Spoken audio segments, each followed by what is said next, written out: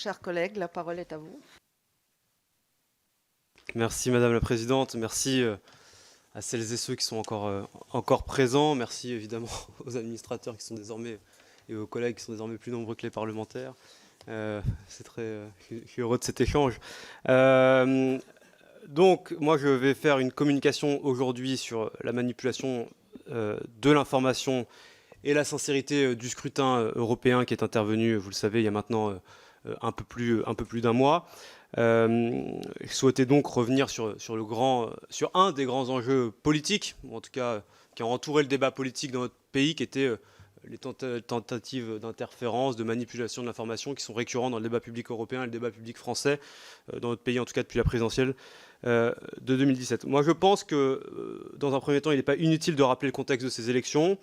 C'est des élections qui se sont inscrites suite à une législature qui a été marquée par de nombreux rebondissements et épisodes politiques assez importants. Je pense évidemment à la crise migratoire de 2015, le Brexit qui a été un véritable séisme politique, et puis plus globalement une forme d'impasse, d'immobilisme et de statu quo nourri par des responsables politiques qui avaient cessé de nourrir une véritable vision pour le projet européen. Et donc les attentes des citoyens dans cette élection étaient évidemment extrêmement importantes.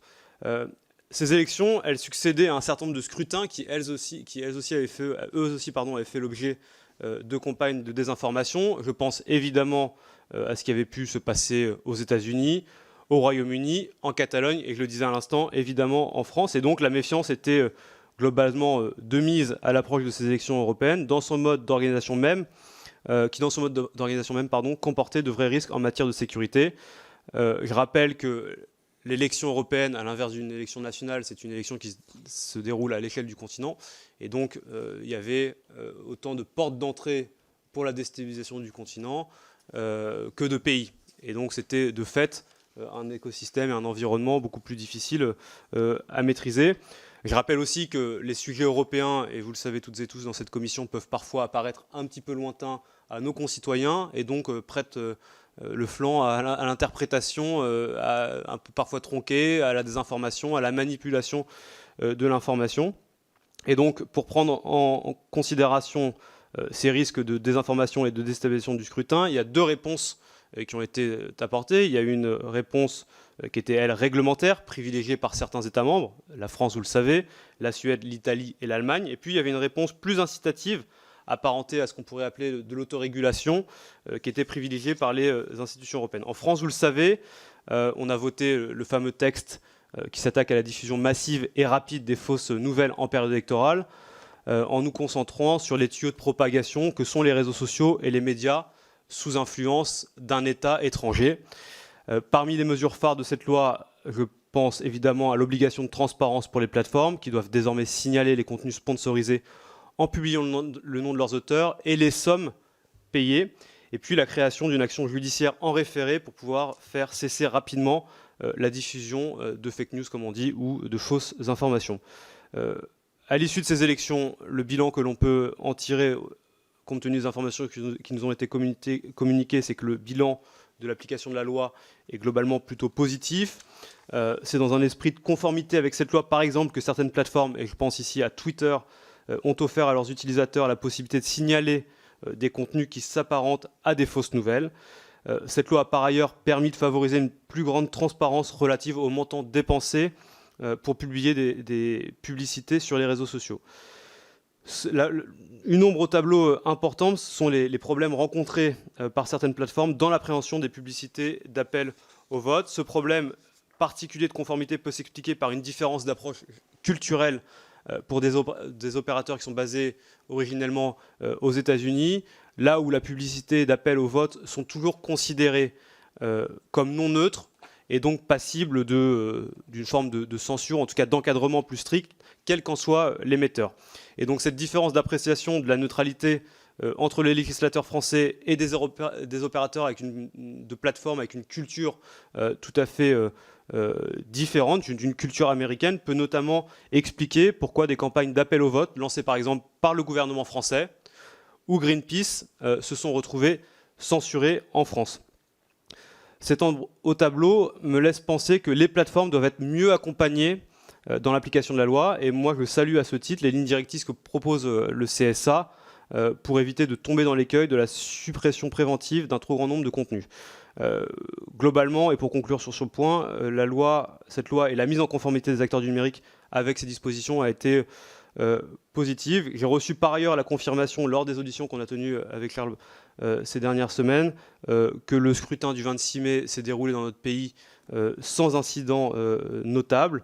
Aucune attaque informatique visant à affecter la disponibilité des systèmes d'information ou à altérer la confidentialité et ou l'intégrité des données liées au vote n'a été décelée par les dispositifs de supervision. On fait ici référence à l'ANSSI notamment. S'agissant de la stratégie des institutions européennes face aux campagnes de désinformation en période électorale, comme je le disais précédemment, priorité a été donnée à l'accompagnement des plateformes dans une démarche d'autorégulation. C'est dans cette logique que la Commission avait mis en place un code de conduite, ou un code de bonne pratique à destination des plateformes en avril 2018, afin que ces dernières intensifient leurs efforts dans la lutte contre la désinformation en ligne. Ce code vise essentiellement à contrôler les placements de publicité et à garantir la transparence des contenus sponsorisés, en particulier dans le domaine de la publicité à caractère politique. Or, plus d'un an après l'entrée en vigueur de ce code de bonne pratique, il s'avère que le bilan nous apparaît plus que nuancé. Certes, les plateformes ont su couper les sources de revenus des éditeurs de fake news. C'est notamment le cas de Google, qui affirme avoir bloqué l'accès à sa régie publicitaire à 320 000 éditeurs de publicité malveillante. Je note aussi avec beaucoup d'intérêt les efforts des services de messagerie cryptée pour endiguer la diffusion des fausses informations. C'est un outil qui est peut-être moins visible. On a parlé beaucoup de Twitter, de Facebook dans le débat politique, mais il y avait aussi les boucles WhatsApp, Telegram, qui ont pu être aussi l'objet de tentatives de manipulation. Et donc, elles ont pris un certain nombre de restrictions. Et il est désormais, par exemple, plus possible de partager des contenus à plus de 5 groupes à la fois. Et donc, ce genre de mesure a conduit à diminuer de 25% le partage des contenus sur cette messagerie sécurisée. Mais dans l'ensemble, la Commission a émis de nombreuses réserves quant à la bonne volonté et surtout à la transparence des plateformes dans la mise en œuvre de ce code de bonne pratique. En mars dernier, la Commission dénonçait le peu d'efforts consentis par ces plateformes pour fournir des informations fiables quant aux contenus sponsorisés à des fins politiques et aux placements de publicité hébergés en leur sein. La Commission reprochait en particulier à Facebook de ne pas avoir fait rapport des résultats de ses activités en matière de surveillance du placement de publicité, de ne pas avoir divulgué le nombre de faux comptes supprimés à cause d'activités malveillantes ciblant principalement l'Union européenne. Dans le même temps, Twitter a aussi fait l'objet de critiques pour le manque de données montrant son engagement à améliorer la surveillance des placements publicitaires. À l'issue des élections européennes, la Commission a regretté une nouvelle fois le manque général de transparence des plateformes, l'absence de détails dans les informations fournies pour identifier les acteurs malveillants et les États membres ciblés, la faiblesse de leur coopération avec les vérificateurs de faits et le peu de moyens mis à disposition des utilisateurs pour leur permettre de détecter la désinformation en ligne. L'on est donc en droit de considérer que cette opacité illustre les limites de l'autorégulation appliquée au numérique, mais surtout qu'elle contrevient au droit à une information fiable et éclairée dont tous les citoyens européens devraient pouvoir bénéficier. Et comme vous pouvez vous en douter, pendant que les plateformes peinent à se conformer au code de bonne pratique, les campagnes coordonnées de désinformation continuent d'être diffusées en Europe. Si l'on en croit la communication de la Commission européenne et de la haute représentante le 14 juin dernier, justement consacrée à la mise en œuvre du plan d'action contre la désinformation. Il est notamment indiqué dans cette communication que plus de 600 groupes et pages Facebook opérant en France, en Allemagne, en Italie, au Royaume-Uni, en Pologne et en Espagne auraient diffusé des campagnes de désinformation, des discours de haine ou utilisé de faux profils pour promouvoir artificiellement les idées des partis qu'ils soutenaient. Ces pages ont généré 763 millions de vues. J'ajoute également que les représentants de Facebook, dans l'audition que nous avons tenue ici à l'Assemblée nationale, n'ont pas su nous donner le détail de ces campagnes de désinformation en termes d'impact sur le territoire national et donc sur la France.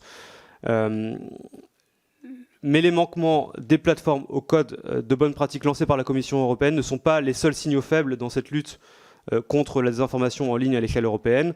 L'Union européenne fait aussi face à des faiblesses structurelles en matière de collaboration entre les États membres. les interlocuteurs des réseaux de lutte contre les cyberattaques et la manipulation de l'information ont encore du mal à se connaître et à s'identifier, tant la nature et l'origine des points de contact diffèrent entre chaque État membre. Certains envoient des représentants de leur ministère de l'Intérieur, d'autres de la justice, ou d'autres encore des représentants des affaires étrangères, ce qui démontre que l'approche n'est pas la même d'un pays européen à l'autre, et ce qui, à mon sens, appelle à une réponse européenne harmonisée et unifiée. Une des solutions consisterait à créer un réseau européen d'ambassadeurs pour le numérique, susceptible de coordonner les différents aspects de protection des scrutins électoraux. Mais il n'existe à ce jour que 6 ambassadeurs pour le numérique dans toute l'Union européenne, ce qui ne permet pas encore de constituer un réseau intégré et efficient. Alors la Commission européenne rendra compte avant la fin de l'année de la mise en œuvre de son paquet électoral et évoluera l'efficacité du code de bonne pratique. Mais je pense d'ores et déjà, au vu de ce que je viens de vous communiquer, qu'il faudra aller plus loin dans les mois et les années à venir et que ce sera évidemment l'un des axes importants de la nouvelle législature qui s'ouvre en Europe. Déjà, l'Agence européenne de cybersécurité, l'ENISA, encourage l'Union européenne à adopter une réglementation propre. Je pense aussi que là, c'est inévitable. La réponse à la désinformation ne peut s'arrêter, comme on a l'habitude de le répéter, aux frontières nationales, compte tenu de la dimension continentale du problème et des difficultés structurelles de collaboration entre les États membres à ce niveau. Les fausses informations, problème global par essence, doivent faire l'objet d'une réponse européenne commune. Par ailleurs, pour remédier aux problèmes de collaboration entre les États membres dans la coordination des différents aspects de la protection des scrutins électoraux, je pense que les institutions européennes gagneraient à explorer l'idée d'une agence européenne de protection des démocraties, comme l'a suggéré le président de la République dans sa lettre aux Européens au mois de mars dernier, et susceptible de fournir des experts européens à chaque État membre pour protéger son processus électoral contre les cyberattaques et les manipulations. Enfin, je profite de cette communication pour relayer la démarche initiée désormais par l'ex-députée européenne néerlandaise Mariette Schaake sur la mise en place d'une commission parlementaire pan-européenne composée de députés européens, de députés nationaux, compétente à évaluer l'impact des plateformes numériques sur le fonctionnement de notre démocratie et pour assurer le suivi des actions de la lutte contre la manipulation de l'information à l'échelle européenne dans les États membres. Ça fait le lien avec ce que l'on se dit souvent sur beaucoup de sujets. La coopération entre les parlementaires européens et les parlementaires nationaux est absolument fondamentale. La capacité à avancer sur des sujets communs est nécessaire. On le voit sur les accords de libre-échange où l'espace ou la séparation entre ce qui se fait à Bruxelles et ce qui se fait dans les États membres suscite des débats polémiques. Et bien, je pense que sur ce sujet-là, il est important d'avancer ensemble. Les dernières élections européennes l'ont aussi largement démontré. L'Europe dans laquelle nous vivons est interdépendante et une véritable opinion publique européenne est en train d'émerger. Et moi, j'en veux pour preuve la participation en hausse lors de la dernière élection. Et donc, moi, je pense que nous avons donc plus que jamais notre mot à dire sur la capacité des États membres à protéger le processus démocratique et sur les actions à mener dans ce sens par tous les acteurs du numérique. L'objectif est à mon sens crucial, est à mon sens aussi crucial que rassembleur. Il s'agit de ne pas céder à la manipulation des peuples à grande échelle. Et puis avant d'en terminer, je souhaitais évidemment remercier Charles Borriaud pour le travail qu'il a mené ces derniers mois à mes côtés, et puis plus globalement tout le travail que vous avez pu mener dans cette commission, parce que je crois savoir que vous alliez bientôt être affecté à une autre commission. Donc sincèrement, merci pour votre travail d'une grande qualité et tous mes vœux de succès pour la suite. Et puis, je suis désormais à votre disposition.